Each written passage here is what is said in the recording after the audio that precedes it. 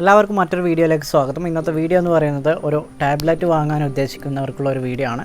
ഒരു മീഡിയം റേഞ്ചിൽ വരുന്ന അത്യാവശ്യം നല്ല രീതിയിൽ എല്ലാ യൂസിനും വേണ്ടിയിട്ട് വാങ്ങിക്കുന്നവർക്കാണെങ്കിൽ ഈ ഒരു ഐപാഡ് 6th ജനറേഷൻ വാങ്ങാവുന്നതാണ്. കാരണം ഗെയിമിംഗ് ആയാലും അതുപോലെ തന്നെ വീഡിയോ എഡിറ്റിങ് അല്ലെങ്കിൽ മറ്റ് ബിസിനസ് കാര്യങ്ങൾ ഏത് രീതിയിലായാലും നിങ്ങൾക്ക് ഏറ്റവും അനുയോജ്യമായ ഒരു മോഡലായിരിക്കും ഐപാഡ് 6 എന്ന് പറയുന്നത്.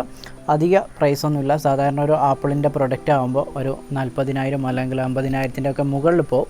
എന്നാൽ ഇതിൻ്റെ വില വരുന്നത് ഫ്ലിപ്കാർട്ടിൽ ഓഫർ റേറ്റ് വരുന്നത് 20,000 രൂപയാണ്. ഇപ്പം നോർമലായിട്ടുള്ള ദിവസങ്ങളാണെങ്കിൽ 25,000 ഒക്കെ കാണിക്കുന്നുണ്ട്.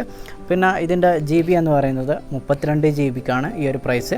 ഇതിൻ്റെ 64 GB അതുപോലെ തന്നെ 128 GB അവൈലബിൾ ആണ്. 128 GB 45,000 രൂപ വരുന്നുണ്ട്. ഈ ഒരു ഐപാഡ് നിങ്ങൾക്ക് എല്ലാ കാര്യങ്ങൾക്കും യൂസ് ചെയ്യാൻ പറ്റും. അതായത് ഗെയിമിംഗ് ആണെങ്കിലും അതുപോലെ ഹൈ ഗ്രാഫിക്സ് ആയിട്ടുള്ള PUBG അതുപോലെ കോൾ ഓഫ് ഡ്യൂട്ടി ഏത് ഗെയിമും ആണെങ്കിലും ഇതിൽ സപ്പോർട്ടിംഗ് ആണ്.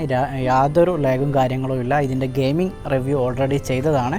അതുപോലെ തന്നെ നിങ്ങൾ ഹെവി ആയിട്ടുള്ള മറ്റ് ആപ്ലിക്കേഷനുകളും അതുപോലെ വീഡിയോ എഡിറ്റിങ്ങിൻ്റെ ഒക്കെ പെട്ടെന്ന് തന്നെ ലോഡായിട്ട് കഴിയും. അതുപോലെ തന്നെ 4K ഒക്കെ വെച്ചിട്ട് എഡിറ്റ് ചെയ്യാൻ പറ്റുന്ന iMovie ഒക്കെ ഇതിൽ സപ്പോർട്ടിംഗ് ആണ്. ഇതിൻ്റെ എടുത്തു പറയേണ്ട ഒരു കാര്യമാണ് ബാറ്ററി ലൈഫ് എന്നുള്ളത്. സാധാരണ രീതിയിൽ ടാബ്ലറ്റൊക്കെ ഉപയോഗിക്കുകയാണെങ്കിൽ ഏകദേശം ഒരു 5 മണിക്കൂർ അല്ലെങ്കിൽ 6 മണിക്കൂറൊക്കെയാണ് ബാറ്ററി ലൈഫ് കണ്ടിന്യൂ ആയിട്ട് യൂസ് ചെയ്യുകയാണെങ്കിൽ.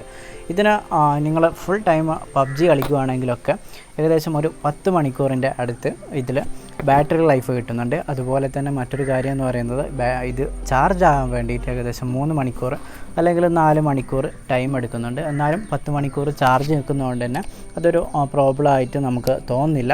ഫാസ്റ്റ് ചാർജ് ഉപയോഗിക്കുകയാണെങ്കിൽ കുറച്ചുകൂടെ ഫാസ്റ്റായിട്ട് നിങ്ങൾക്ക് ചാർജ് ചെയ്യാൻ പറ്റും. അല്ലാതെ ഇതിൻ്റെ കൂടെ വരുന്നത് നോർമലായിട്ടുള്ള ചാർജറാണ്. അതിനു മുന്നേ നിങ്ങൾ എൻ്റെ ചാനൽ ഫസ്റ്റ് ടൈം കാണുന്നവരാണെങ്കിൽ സബ്സ്ക്രൈബ് ചെയ്യുക. വീഡിയോ ഇഷ്ടപ്പെട്ടിട്ടുണ്ട് ലൈക്ക് ചെയ്യുക. ഈ ഒരു കാര്യത്തിന് ഈ ഒരു ഐപാഡിനെ കുറിച്ച് എന്തെങ്കിലും അഭിപ്രായം കാര്യങ്ങളുണ്ടെങ്കിൽ ജസ്റ്റ് ഒന്ന് കമൻറ്റ് ചെയ്യണം. ഫിംഗർ പ്രിൻറ്റ് ലോക്ക് എന്നുള്ളത് ഇതിന് ബട്ടൺ കൊടുത്തത് കൊണ്ട് തന്നെ ഐഫോൺ 7 മോഡലുള്ള ഫിംഗർ പ്രിൻ്റ് അല്ല. 6ൻ്റെ ഒക്കെ പോലെ ബട്ടനാണ്, പ്രസ് ചെയ്യുന്ന ബട്ടനാണ്, ഇലക്ട്രോണിക്സ് ബട്ടനല്ല.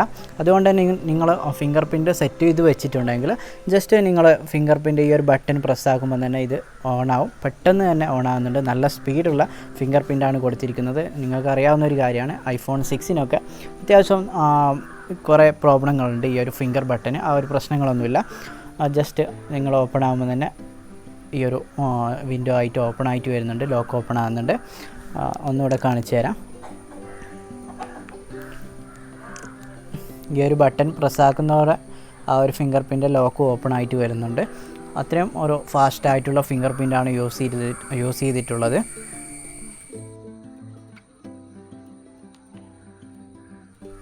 പിന്നെ ഒരു കാര്യം എന്ന് പറയുന്നത് ഇതിൻ്റെ ക്യാമറയാണ്. ക്യാമറ അത്രത്തോളം പോരാ, എന്നാലും ഒരു ക്വാളിറ്റിയൊക്കെ കുറഞ്ഞൊരു പിക്സൽ ഉള്ള ക്യാമറയാണ് കൊടുത്തിട്ടുള്ളത്. നിങ്ങൾക്ക് ഇതിൽ നിന്ന് എടുത്ത ഫോട്ടോസ് കാണിച്ചു തരാം. ഇതാണ് ഈ ഒരു ഫോട്ടോസിൽ നിങ്ങൾ സൂം ചെയ്യുമ്പോൾ നല്ല രീതിയിൽ ഒരു ക്വാളിറ്റി കുറവായിട്ടുള്ള തോന്നുന്നുണ്ട്. അത്രത്തോളം ഒരു ക്യാമറ ക്വാളിറ്റി കുറഞ്ഞൊരു മോഡലാണ്. അത്യാവശ്യം ഒരു ഫയൽസും കാര്യങ്ങളൊക്കെ സേവ് ചെയ്ത് വെക്കുക എന്നുള്ള രീതിയിലല്ലാതെ നിങ്ങളൊരു ഫോട്ടോഗ്രാഫി ആയിട്ട് ഈ ഒരു ഐപാഡ് എടുക്കാത്തതാണ് നല്ലത്. കാരണം അത്രത്തോളം ക്വാളിറ്റി കുറവാണ്. ജസ്റ്റ് ഒരു ഫോട്ടോ നമ്മൾ ഈ ഒരു ഡോക്യുമെൻറ്റ്സും കാര്യങ്ങളൊക്കെ ഫോട്ടോ എടുത്ത് വെക്കുന്നതല്ലാതെ ഒരു അടുത്തുള്ള ഫോട്ടോ അല്ലാതെ കുറച്ച് ദൂരെ പോകുമ്പോൾ തന്നെ ഇതിൻ്റെ സൂമിങ് ചെയ്യുമ്പോൾ തന്നെ ക്വാളിറ്റി നല്ല രീതിയിൽ കുറയുന്നുണ്ട്. ആ ഒരു ഫോട്ടോ ആണ് കാണിച്ചു തരുന്നത്. അതുപോലെ തന്നെ ഇതിൽ ക്യാമറയിൽ ഒരുപാട് ഓപ്ഷൻസും കാര്യങ്ങളൊക്കെ കൊടുത്തിട്ടുണ്ട്. സ്ലോ മോഷനൊക്കെ കൊടുത്തിട്ടുണ്ട്.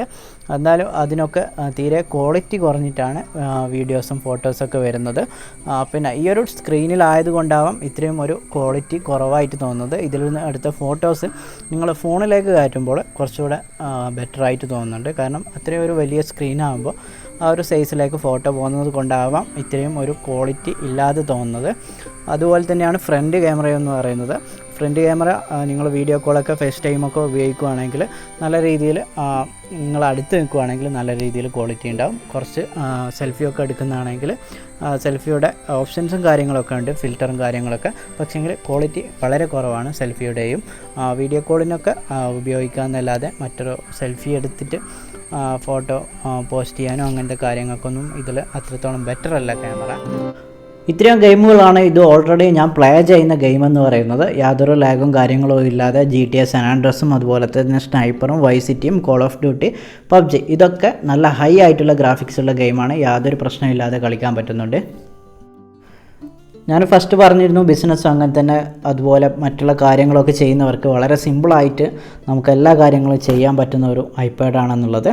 ഇപ്പോൾ നമ്മളൊരു കാര്യം ചെയ്തുകൊണ്ടിരിക്കുകയാണെങ്കിൽ പെട്ടെന്ന് മറ്റുള്ള കാര്യങ്ങൾ കൂടെ നോക്കണം. അതായത് മെയിൽ നോക്കണം അല്ലെങ്കിൽ വേറെ എന്തെങ്കിലും നോക്കണമെങ്കിൽ ജസ്റ്റ് മുകളിലേക്ക് സ്വൈപ്പ് ചെയ്യുക, അത് ഒന്ന് വലിച്ച് മുകളിലേക്ക് കൊണ്ടുവിട്ടാൽ നിങ്ങൾക്ക് ഒരേ ടൈമിൽ തന്നെ രണ്ടും ബ്രൗസ് ചെയ്യുക, അതുപോലെ തന്നെ മെയിൽ നോക്കാം. ഇതുപോലെ നിങ്ങൾക്ക് എത്ര വേണമെങ്കിലും വിൻഡോ ഓപ്പൺ ചെയ്യാം. നിങ്ങൾ കാണുന്നുണ്ടാവും ഇപ്പം ഫയൽ ഓപ്പൺ ചെയ്ത് ഇതുപോലെ നമുക്ക് എത്ര വിൻഡോ വേണമെങ്കിലും ഇതിൽ നിന്ന് ഒരേ ടൈം തന്നെ നമുക്ക് എല്ലാ കാര്യങ്ങളും ചെയ്ത് എടുക്കാൻ പറ്റും.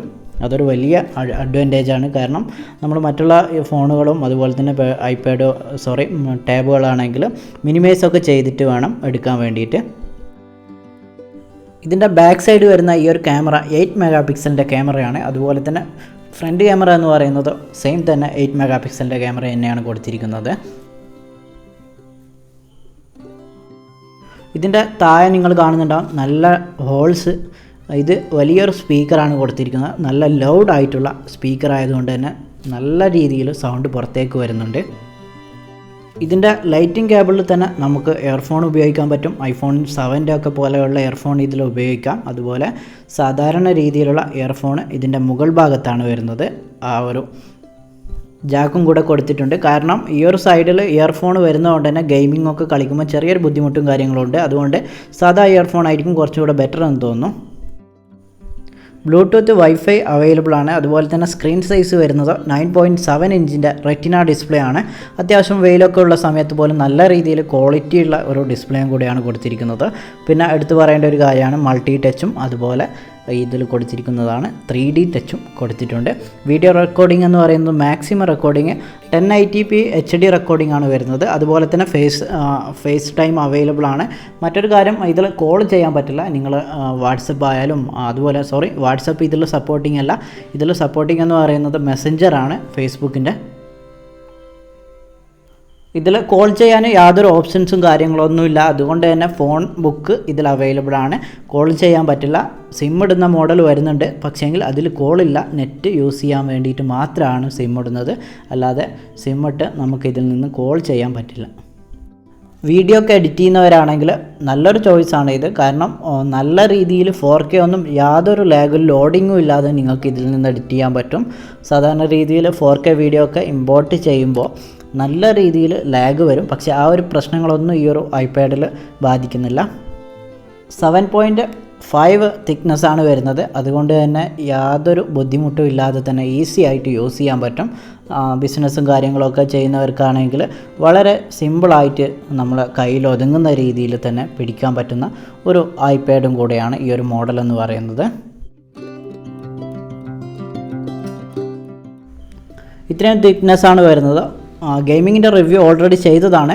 എന്നാലും പറയുകയാണ്, ഗെയിമിങ്ങിന് യാതൊരു പ്രശ്നങ്ങളും ഇല്ലാതെ നിങ്ങൾക്ക് കളിക്കാൻ പറ്റും. HD-യിലും അതുപോലെ തന്നെ അൾട്രാ HD-യിലൊക്കെ ഇട്ടിട്ട് ഇതിൽ നിന്ന് PUBG കളിക്കാൻ പറ്റും നിങ്ങൾക്ക്. ഇത്രയും കാര്യങ്ങളാണ് കൂടുതലായിട്ട് പറയാനുള്ളത്. ഇനി ഇത് യൂസ് ചെയ്യുന്നവരാരെങ്കിലും ഉണ്ടെങ്കിൽ ജസ്റ്റ് ഒന്ന് കമൻറ്റ് ചെയ്യാം. എന്തെങ്കിലും വിട്ടുപോയിട്ടുണ്ടെങ്കിൽ മറ്റുള്ളവർ കാണുന്നവർക്കും കൂടി ആ ഒരു കാര്യം മനസ്സിലാവും. അതുകൊണ്ട് തന്നെ വീഡിയോ ഇഷ്ടപ്പെട്ടിട്ടുണ്ടെങ്കിൽ ലൈക്ക് ചെയ്യുക. ഫസ്റ്റ് ടൈം കാണുന്നവർ സബ്സ്ക്രൈബ് ചെയ്യുക. മറ്റൊരു വീഡിയോ വരുന്നത് വരെ ബൈ.